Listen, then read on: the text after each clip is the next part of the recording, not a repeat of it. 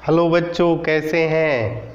आज बच्चों हम लोग बहुत ही इंटरेस्टेड टॉपिक पढ़ेंगे जिसका नाम है Dalton's law of partial pressure, जो कि स्टेट्स ऑफ मैटर का एक पार्ट है ना।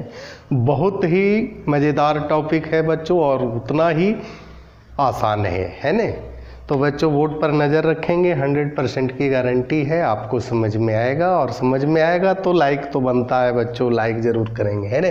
तो पहले लिखेंगे हम लोग Dalton's law of partial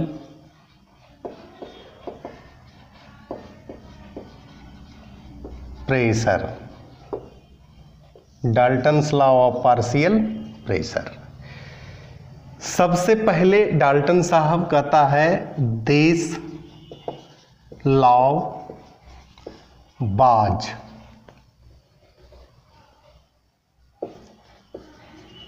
formulated by John Dalton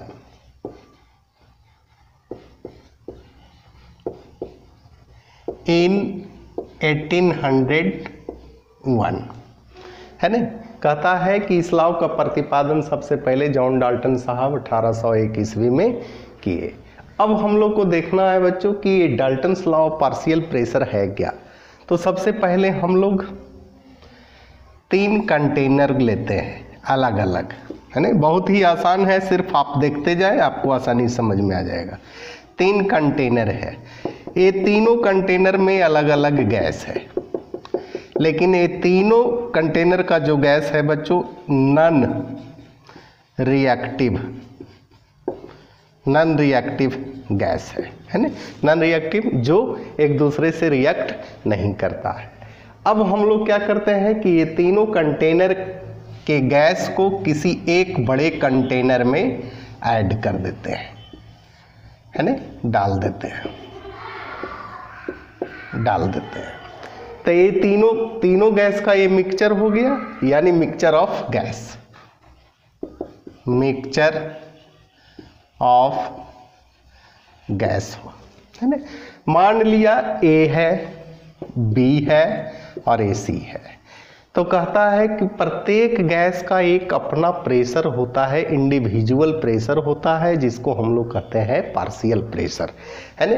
तो ये हो गया P1, ये हो गया P2 और ये हो गया P3। अब बच्चों हम लोग देखेंगे ये तीनों कंटेनर के गैस को किसी एक कंटेनर में रख दिया गया, यानी मिक्सचर हो गया, यानी P1 plus P2 plus P3 बराबर P3 टोटल प्रेशर। तो कहता है Dalton's law of partial pressure कहता है कि जो total pressure of the mixture जो होता है ना, equal to the sum of partial pressure, equal to the sum of partial pressure. तो बच्चों हम लोग पहले स्टेटमेंट लिख लेते हैं। The total pressure of a mixture of gas is equal to the sum of the partial pressure of all the gases present। वही बच्चों जो मैंने बताया। अब है पार्शियल प्रेशर क्या है, तो मैंने अभी तुरंत बताया कि पार्शियल प्रेशर किसी भी गैस का एक इंडिविजुअल प्रेशर होता है, जिसको पार्शियल प्रेशर कहते हैं, है ना। तो यहाँ लिख देते हैं पार्शियल प्रेशर इज द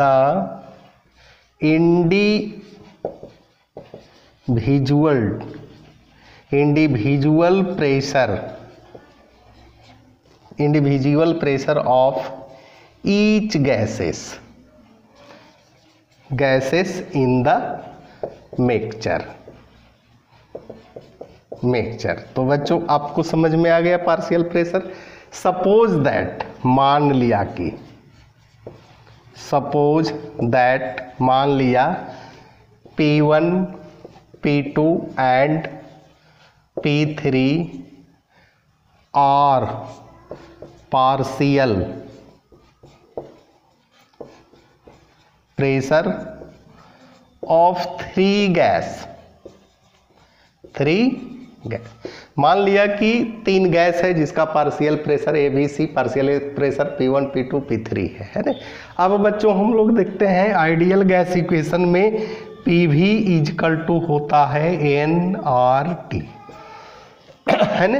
अगर हम लोग यहाँ कर देते हैं P1V इजकल टू N1RT, इसलिए P1 बराबर क्या हो जाएगा, N1RT/V, है ना। इसी तरह से बच्चों सेकेंड गैस के लिए PV इजकल टू nRT, है ना। यहाँ हो जाएगा P2V इजकल टू N2RT, है ना। इसलिए P2 इजकल टू क्या होगा, N2RT/V।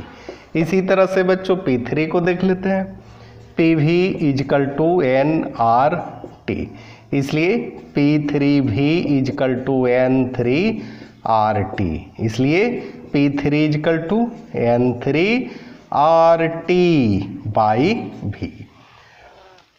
अब बच्चों यहां तक नोट किया जाए।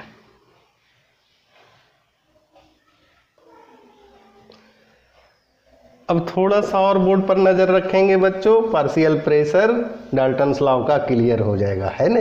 इसलिए बोर्ड पर नजर रख ले रहिए, 100% आपको समझ में आएगा। अब बच्चों P1 है, इसको जोड़ देते हैं तीनों को, P2 है प्लस P3 है, बराबर N1RT/V, N2RT/V, N3RT/V, है ना।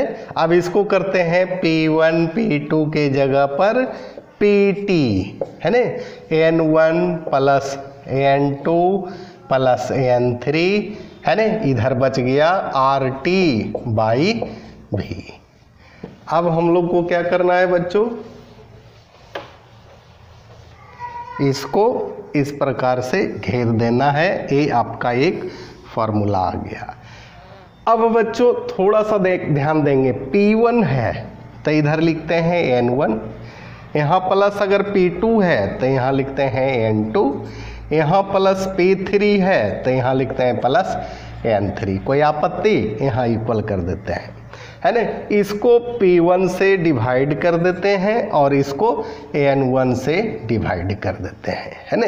अब देखिए ये P1 तो हो गया बच्चों पार्शियल प्रेशर,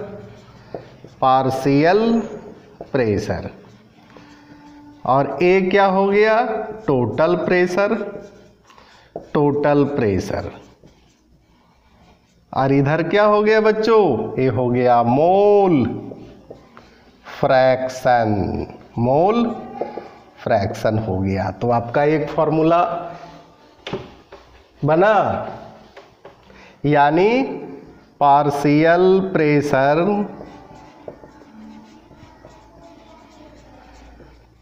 बराबर हो जाएगा mole fraction into total pressure बन गया। यही है बच्चों Dalton's law of partial pressure. तो बच्चों समझ में आया। रेगुलर वीडियो देखिए, इसलिए कि डेली वीडियो अपलोड किया जाता है और हर एक टॉपिक पे जिक्र किया जाता है। इसी के साथ बच्चों धन्यवाद।